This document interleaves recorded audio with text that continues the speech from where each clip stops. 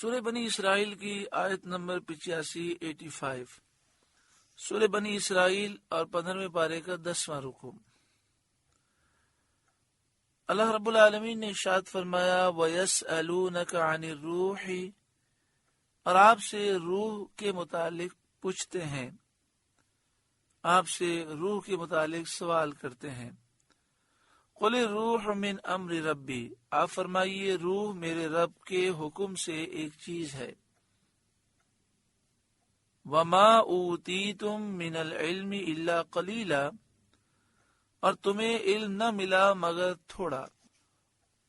قریش مکہ مشورے کے لیے جمع ہوئے اور ان میں آپس میں گفتگو ہوئی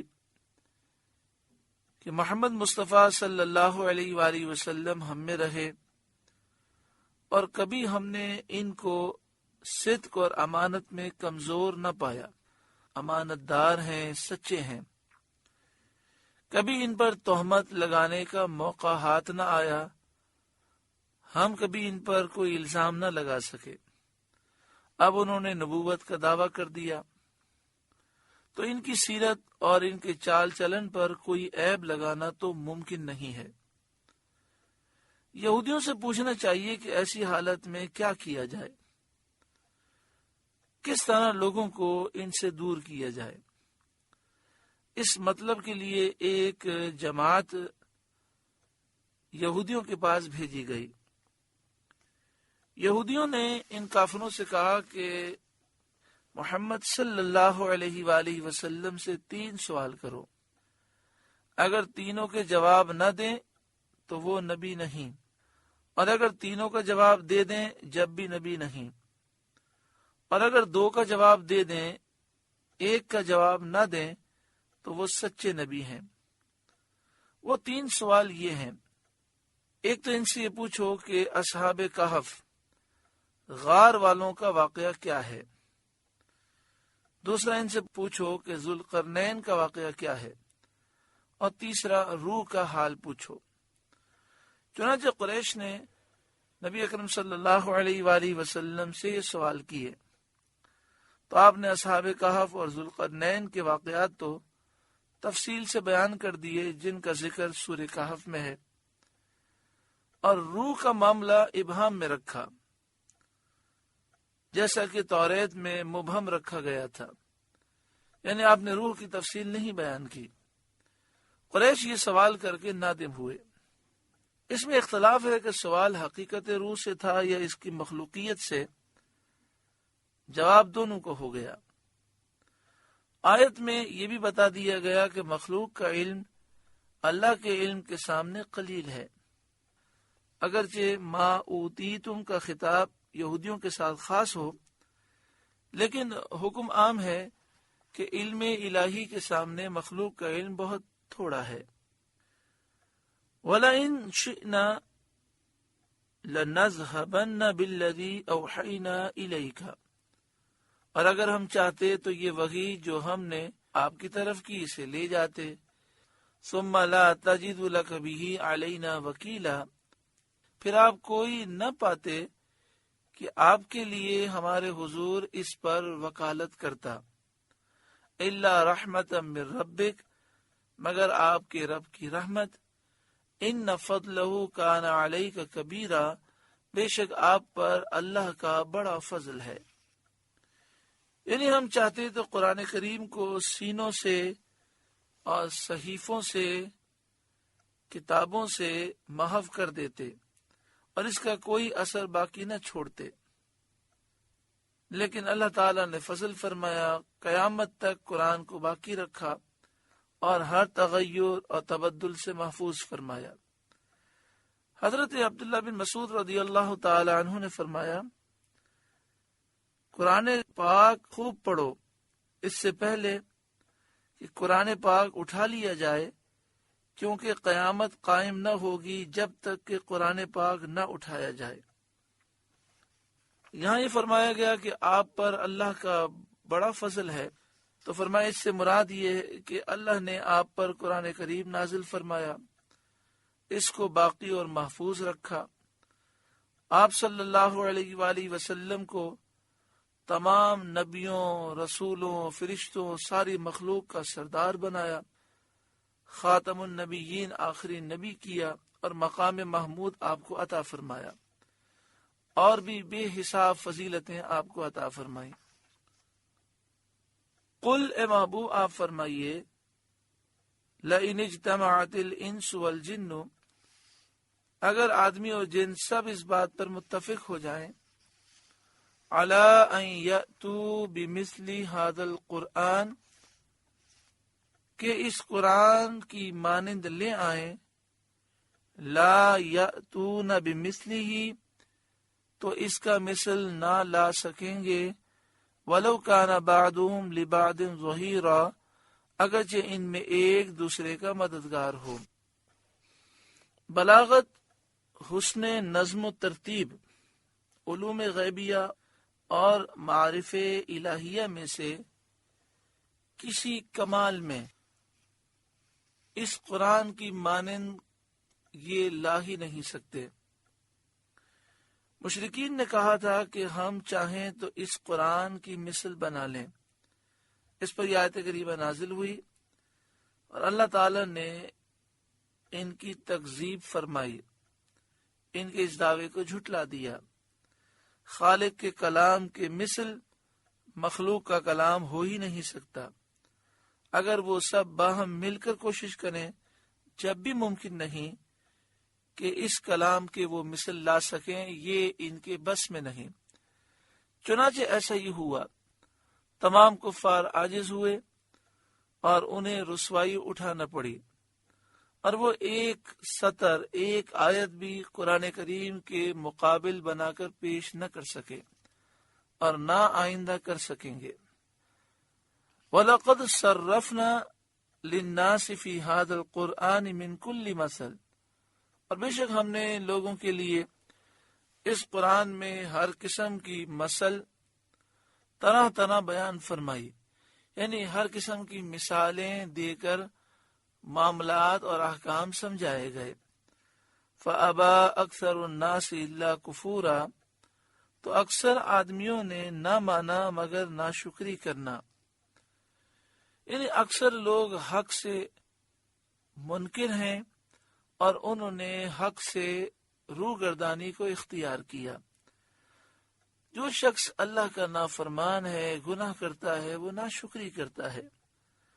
وقالوا، اور وہ بولے، لن نؤمن لک، ہم ہرگز آپ پر ایمان نہ لائیں گے، حتی تفجر لنا من الارض ینبوعا، یہاں تک کہ آپ ہمارے لیے زمین سے کوئی چشمہ بہا دیں، او تکون لک جنت من نخیل وعنب، یا آپ کے لیے کھجوروں اور انگوروں کا کوئی باغ ہو، فتفجر الانہار خلالها تفجیرا، پھر آپ اس کے اندر بہتی نہریں رواں کریں، او تسقط السماء کما زعمت علینا کسفا، یا آپ ہم پر آسمان گرا دیں جیسا آپ نے کہا ہے ٹکڑے ٹکڑے، او تأتی باللہ والملائکۃ قبیلا، یا اللہ اور فرشتوں کو ضامن لے آئیں، او یکون لک بیت من زخرف، یا آپ کے لیے سونے کا گھر ہو، او ترقی فی السماء، یا آپ آسمان میں چڑھ جائیں، ولن نؤمن لرقیک، اور ہم آپ کے چڑھ جانے پر بھی ہرگز ایمان نہ لائیں گے، حتی تنزل علینا کتابا نقرأہ، جب تک ہم پر ایک کتاب نہ اتاریں جو ہم پڑھیں۔ قل سبحان ربی هل کنت الا بشر رسولا، اے محبوب آپ فرمائیے پاکی ہے میرے رب کو، میں کون ہوں مگر آدمی اللہ کا بھیجا ہوا۔ ان آیات کا شان نزول یہ ہے کہ جب قرآن کریم کا اعجاز خوب ظاہر ہو چکا اور کافر قرآن کریم کا مقابلہ کرنے سے عاجز ہو گئے، اور معجزات واضحات نے حجت قائم کر دی، نبی اکرم صلی اللہ علیہ وآلہ وسلم نے کئی معجزات دکھائے جس سے بات بالکل ظاہر ہو گئی، اور کفار کے لیے کوئی جائے عذر باقی نہ رہی، کوئی وہ بہانہ نہ کر سکتے تھے، تو وہ لوگوں کو مغالطے میں ڈالنے کے لیے طرح طرح کی نشانیاں طلب کرنے لگے، اور انہوں نے کہہ دیا کہ ہم ہرگز آپ پر ایمان نہ لائیں گے۔ مروی ہے کہ کفار قریش کے سردار کعبہ معظمہ میں جمع ہوئے اور انہوں نے سید عالم صلی اللہ علیہ وآلہ وسلم کو بلوایا۔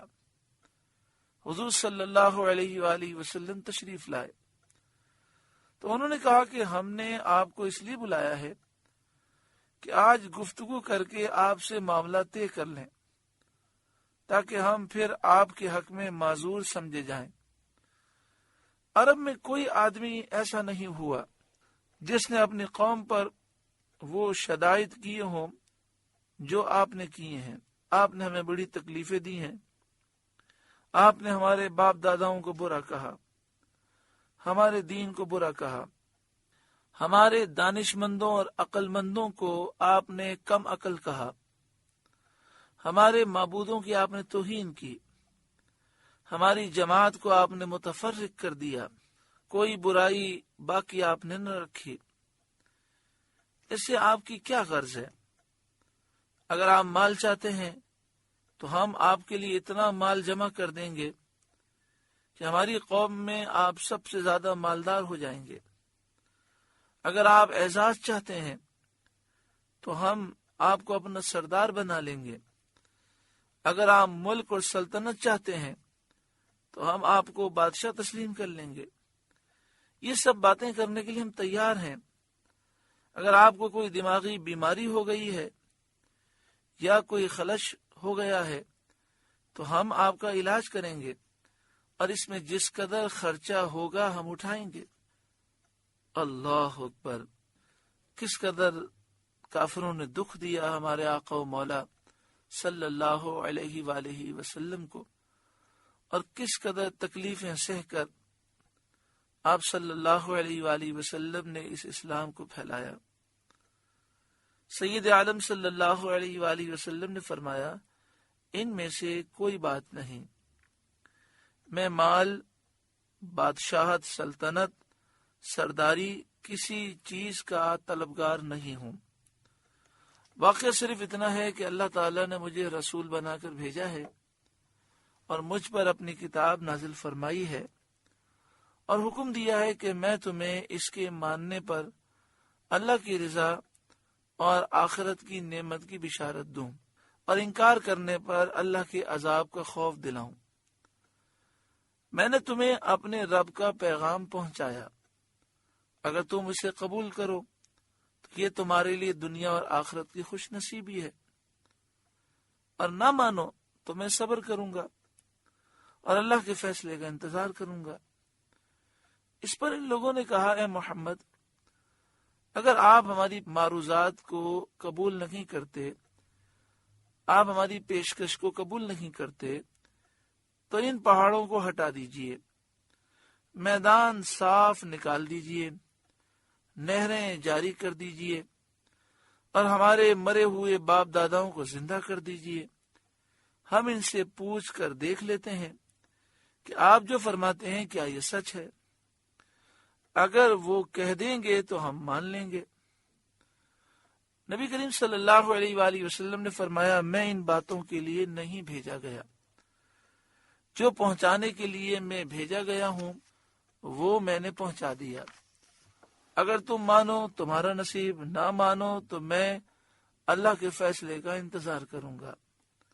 کفار نے کہا، پھر آپ اپنے رب سے عرض کر کے ایک فرشتہ بلوا لیجئے جو آپ کی تصدیق کرے اور ہمیں بتائے کہ آپ سچے ہیں، اور اپنے لیے باغ، محل اور سونے چاندی کے خزانے طلب کیجئے۔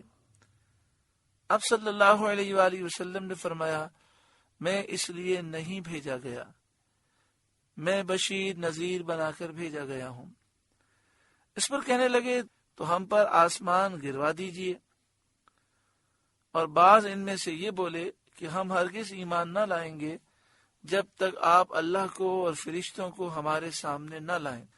اس پر سید عالم صلی اللہ علیہ وآلہ وسلم اس مجلس سے اٹھ آئے اس مجلس سے آپ اٹھ گئے اور عبداللہ بن امیہ آپ کے ساتھ اٹھا اور آپ سے کہنے لگا اللہ کی قسم میں کبھی آپ پر ایمان نہ لاؤں گا جب تک آپ سیڑھی لگا کر آسمان پر نہ چڑھیں اور میری نظروں کے سامنے وہاں سے ایک کتاب اور فرشتوں کی ایک جماعت لے کر نہ آئیں، اور اللہ کی قسم اگر یہ بھی آپ کریں تو میں سمجھتا ہوں کہ میں پھر بھی نہ مانوں گا۔ رسول کریم صلی اللہ علیہ وآلہ وسلم نے جب دیکھا کہ یہ لوگ اس قدر ضد، عناد اور دشمنی اور عداوت میں ہیں اور ان کی حق دشمنی حد سے گزر گئی ہے، تو آپ کو ان کی حالت پر دکھ ہوا، رنج ہوا، آپ غمگین ہوئے۔ اس پر یہ آیات نازل ہوئیں۔ پھر اس کا ترجمہ ہم سماعت کرتے ہیں۔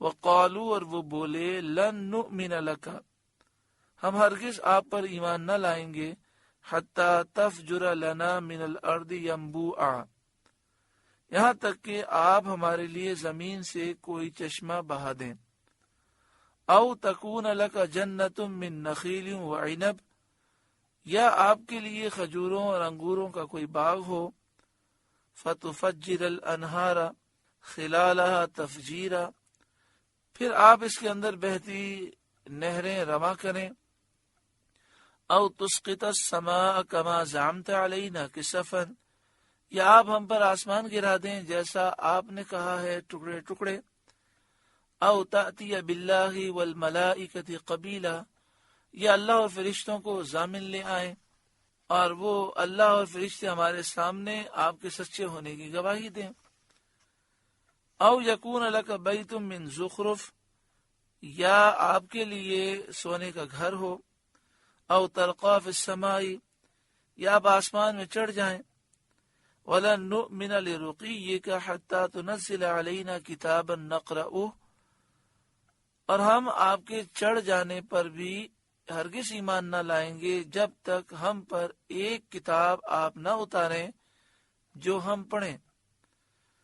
قل سبحان ربی، آپ فرمائیے پاکی ہے میرے رب کو، هل كنت الا بشر رسولا، میں کون ہوں مگر اللہ کا بھیجا ہوا آدمی، میرا کام اللہ کا پیغام پہنچا دینا ہے، وہ میں نے پہنچا دیا۔ اب جس قدر معجزات، نشانیاں، آیات یقین اور اطمینان کے لیے درکار ہیں، ان سے بہت زیادہ میرا پروردگار ظاہر فرما چکا، حجت ختم ہو گئی۔ اب یہ سمجھ لو کہ رسول کے انکار کرنے اور اللہ تعالی کی نشانیوں سے مکرنے کا کیا انجام ہوتا ہے۔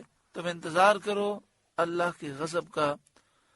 اللہ رب العالمین ہمیں ایمان پر سلامتی نصیب فرمائے۔ سورہ بنی اسرائیل کا 10واں رکوع مکمل ہوا۔